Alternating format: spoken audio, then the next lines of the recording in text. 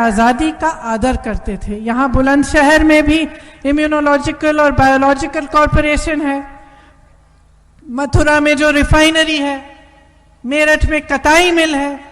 इंदिरा जी की हरित क्रांति से जिस तरह से पूरे पश्चिम उत्तर प्रदेश में फसल उगी, पूरा पश्चिम उत्तर प्रदेश लहलहा उठा, ये सब आप सब जानते हैं। सिर्फ विकास नहीं लाई कांग्रेस, भाईचारा भी बनाया, देश को मजबूत भी बनाया।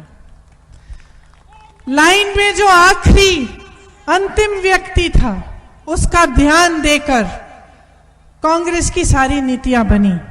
मनरेगा, सूचना का अधिकार, भोजन का अधिकार, ये सब किस लिए बनाई गई? ये सब जो सबसे कमजोर व्यक्ति था उसके बारे में सोचकर बनाई गई। यही कांग्रेस है। कांग्रेस का एक बहुत पुराना नारा है, करो या मरो। इस नारे में कायरता की कोई जगह नहीं है, स्वार्थ की कोई जगह नहीं है। अपनी निजी महत्वाकांक्षा से बड़ी देश के लिए महत्वाकांक्षा है। इस नारे में धैर्य है, त्याग है, तपस्या की भावना है। मैं आज आपके सामने मेरे कांग्रेस के प्यारे कार्यकर्तागण, नेतागण, पदाधिकारी, मैं इस नारे को दोबारा जीवित करना चाहती हूं। मैं कहना चाहती हूं कि एक बार फिर वही समय आ गया है कि या तो करो या मरो। ये एक बहुत अलग तरह की लड़ाई है।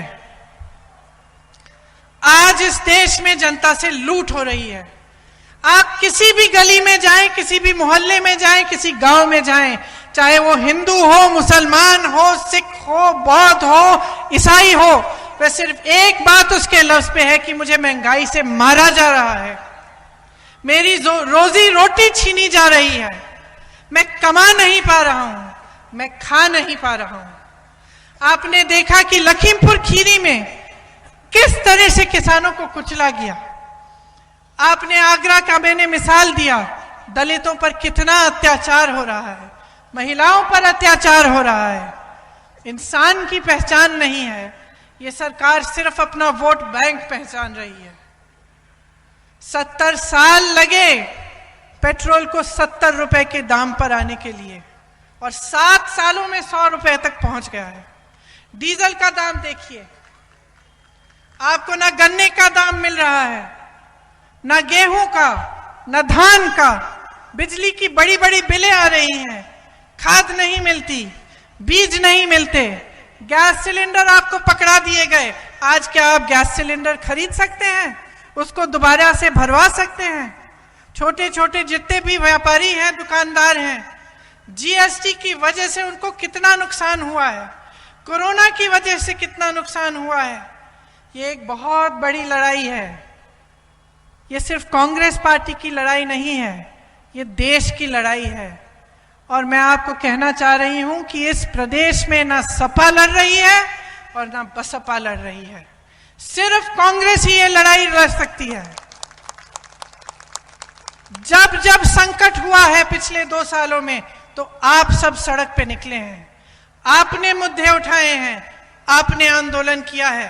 कोरोना हुआ, आप सड़क पे आए, आपने राहत पहुंचाई लोगों को, आपने मदद की, दवा की किट बांटे। जब जब आपने देखा कि जनता के सामने एक समस्या है, आप पीछे नहीं हटे। सपा के लोग कहां थे? बसपा के लोग कहां थे? उनके नेता कहां थे? क्या उन्नाव के लिए लड़े? क्या हाथरस के लिए लड़े? क्या लखीमपुर खीरी पहुंचे? लेकिन आप सब पहुंचे, आपने आवाज उठाई। और इसी तरह से अगर आप लड़ते रहेंगे तो निश्चित है कि हम जीतेंगे।